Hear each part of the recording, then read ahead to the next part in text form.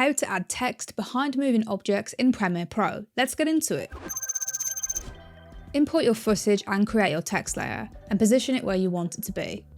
Next, press Option or Alt, click and drag on your footage to create this sandwich effect, then click the top layer, come into the Object Mask tool, then come up to the rectangle, and create a selection of your subject or object. Give Premiere a moment to analyse your footage. It should highlight in red like this.